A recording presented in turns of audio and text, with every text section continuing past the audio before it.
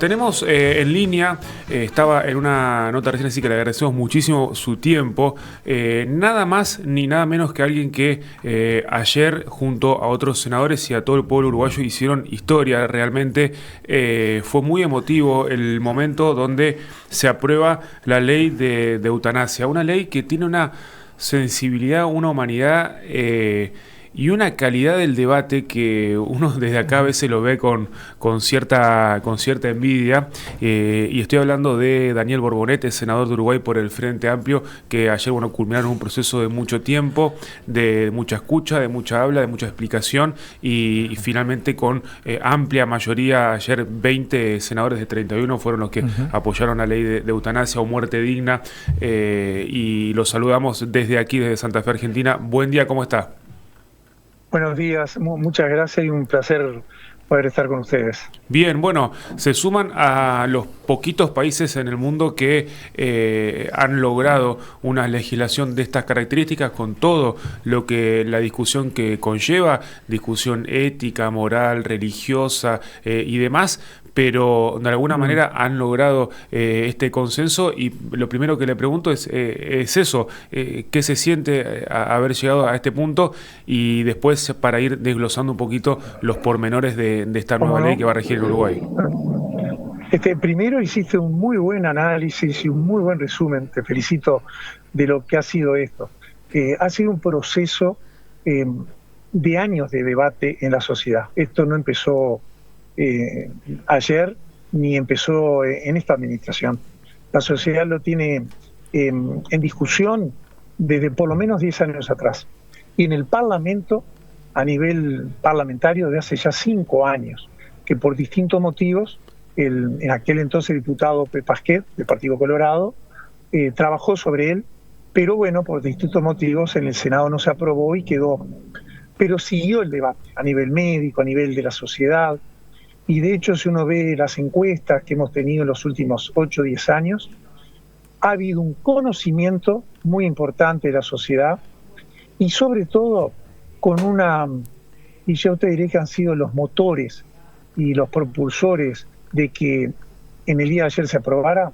Las organizaciones sociales son familiares de pacientes y pacientes portadores de estas patologías, que son muchas de ellas esclerosis lateral amiotrófica y otras enfermedades más raras, menos frecuentes, que llevan a que los pacientes puedan tener en su momento de su vida situaciones ya irreversibles, incurables, con un sufrimiento insoportable, en situaciones terminal, que a pesar de cuidados paliativos, que por suerte también se reglamentó hace pocos días, pero Uruguay ya tiene cuidados paliativos en el 70% de nuestro país de hace años, y que luego, a pesar de cuidados paliativos, hay muchos pacientes que deciden, parar y despedirse de una manera que, como ellos consideren su dignidad, de una manera autónoma y libre elijan. Y ese es un punto que, si me permitís, que quería destacar. Sí. Aquellos que están viviendo esta situación tan difícil y deciden, hasta el día de ayer, culminar, no podían, porque no tenían esa posibilidad. La posibilidad era seguir con paliativos, que están muy bien seguir con paliativos, pero no tenían la libertad de ponerle el punto que su vida, según su propia dignidad, decida. Y lo que se aprobó ayer no es eutanasia sí, eutanasia no. Yo, como parlamentario, puedo estar de acuerdo o en desacuerdo con la eutanasia. Lo que sí, como parlamentario, tengo que permitirle y garantizarle a ese paciente que esté viviendo en esa situación tan difícil la libertad de elegir. Eutanasia sí o eutanasia no. Y el que decide eutanasia es digno, y el que decide no eutanasia también es digno. No podemos anteponer que solo sea muerte digna una y muerte indigna la otra. No. Son dignas porque cada uno tiene su vida. Lo que no podíamos hasta ayer, y a partir de hoy sí, es permitirle que libremente, de manera autónoma, pudiera elegir. Es muy importante el poder elegir, no lo que elija. Y creo que de eso se trata. Esto es un derecho a la libertad de elegir con su propia vida lo que esa persona entiende es digno para ello en ese final de la vida. Qué debate, ¿no? Y imagino, o mi pregunta va en relación a los alcances luego de la ley, de este poder de decisión. Una de las preguntas, supongo, habrá sido de si es para todos, si no es para todos, qué pasa en casos de que lamentablemente sea para alguien menor de edad, niños, niñas, adolescentes. ¿Sí? En ese caso, ¿cómo se resolvió? Mira, el proyecto de ley, que ahora es ley, es muy garantista. Primero, es para mayores de edad. Segundo, para personas que estén viviendo patologías que sean intratables, incurables, en etapa terminal, con sufrimiento insoportable y que tengan grave y progresivo deterioro de calidad de vida. O situaciones que lleven a patologías que den ese compromiso intratable y de deterioro de progresivo calidad de vida. Por lo tanto, no es global, no es para cualquiera y tiene que ser solicitado luego de tener entrevistas con médicos que así atestiguen lo que yo te estoy diciendo que dice la ley. Luego, otro médico que así lo atestigue, que lo confirme, que vuelva a expresar su voluntad, que lo ponga en la historia. Luego vuelve a tener entrevista con el primer médico, vuelve a solicitarlo, lo vuelve a escribir en la historia. Por lo tanto, es garantía de que esto no es para cualquiera, que esto es para específicamente situaciones muy difíciles de transitar en la vida de estos pacientes. Y después de todas estas garantías, el paciente decidirá dónde y cuándo realizarlo, si lo quiere realizar en su institución social, en su institución de salud o en su domicilio, acompañado de quien él desee.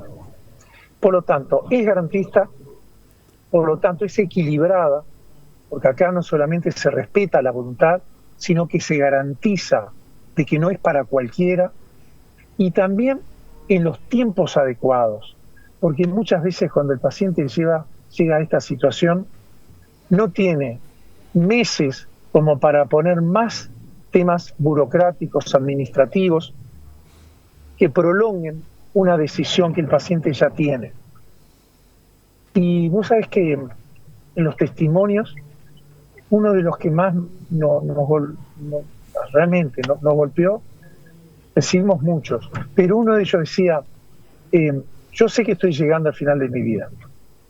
El proyecto, cuando se apruebe, me va a permitir tener ese final de mi vida en paz y con la tranquilidad que cuando llegue el momento voy a poder decidir. Hoy no sé qué haré, pero esto me va a dar la paz y la tranquilidad. Y ahí está todo dicho. Y te diré otra cosa también. Sí. Seguramente tú, los que nos estén escuchando, yo personalmente, no sé qué decidiría en la situación de ese paciente, porque hay que vivirlo para decidir. Pero sí lo que desearía es tener la libertad de elegir. Y creo que ese fue el derecho. Y los derechos no se logran de un día para el otro.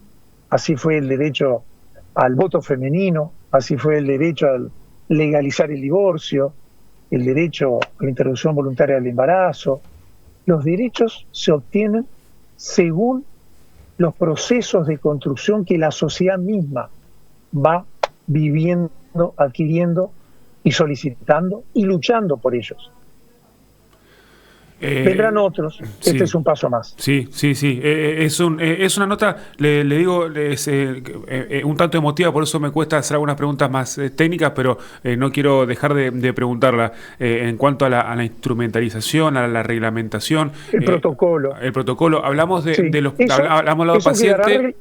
Sí. Eso quedará reglamentado, ¿no? Por supuesto. Para eso está la reglamentación, y lo hará el Ministerio de Salud Pública, claro, con el protocolo adecuado. Ni hablar. Mi pregunta era el lado, o cuáles fueron los testimonios del lado del cuerpo médico, de si sí, hubo planteos de objeción de conciencia, de si acompañan, de si están dispuestos. Qué buena pregunta, porque está en el proyecto, en la ley hoy, está la objeción de conciencia. Los objetores de conciencia firman y no lo realizan. Y la institución donde es usuario ese paciente se encargará de que otros equipos de salud lo realicen.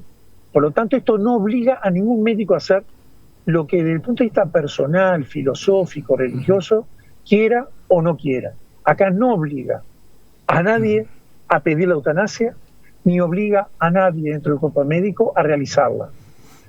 Es un derecho basado en la libertad, la dignidad y la autonomía. Daniel, ¿cómo andás? Mi nombre también es Daniel. Hola. Yo estaba pensando en la historia reformista que tiene Uruguay dentro de sus leyes, y esta, digamos, no podía quedar afuera. Me pareció interesante un poco también el debate desde lo religioso, porque uno entiende que por allí hay sectores religiosos que se oponen literalmente a la decisión de la persona, pero en casos puntuales, como se marcó en la ley, como vos muy bien lo explicaste, me parece sumamente interesante cómo se dio la votación. Mira, yo te diré dos cosas. Nosotros recibimos en la Comisión de Salud del Senado muchas instituciones. Trabajamos horas, días, y recibimos, obviamente, al arzobispo de nuestro país, Sturla, a instituciones religiosas, muchos. Y todas ellas, yo encontré un gran humanismo con respecto a este tema. Aunque no estuviéramos compartiendo sus opiniones, pero muy humanas.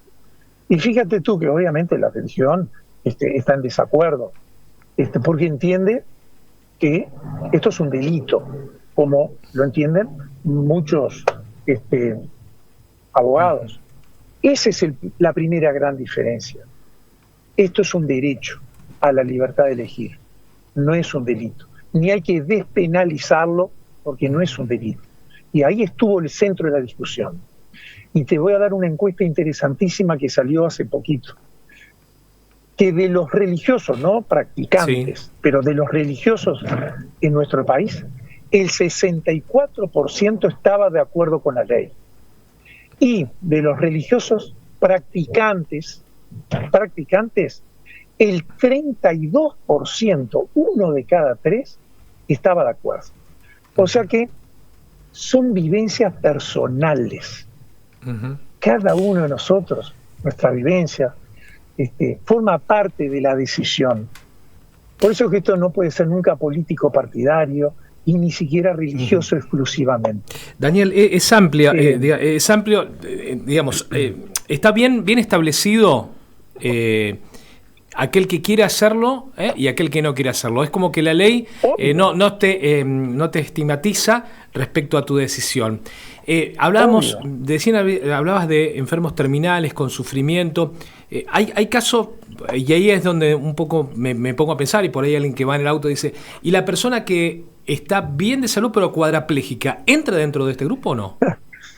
Bueno, es como que, capaz que la leíste, es como que hubieras leído el debate, porque en el artículo 2 justamente se pone terminales, sufrimiento insoportable, o situaciones secundarias a tal cosa, que hayan quedado con tal cosa, y ahí se incluyen patologías como la paraplegia por sección medular de pacientes que pudieron haber tenido esa situación, ya sea por accidente o por lo que fuera, que no es terminal, pero es una situación irreversible de sufrimiento insoportable, y que los pacientes mayores de edad y obviamente psíquicamente aptos, después de estar meses o años postrados, con gastrostomías, algunos con traqueostomía, con dependencia absoluta, muchas veces con un deterioro en la calidad de vida, escaras, infecciones por las prótesis, soliciten esto, ellos también están incluidos.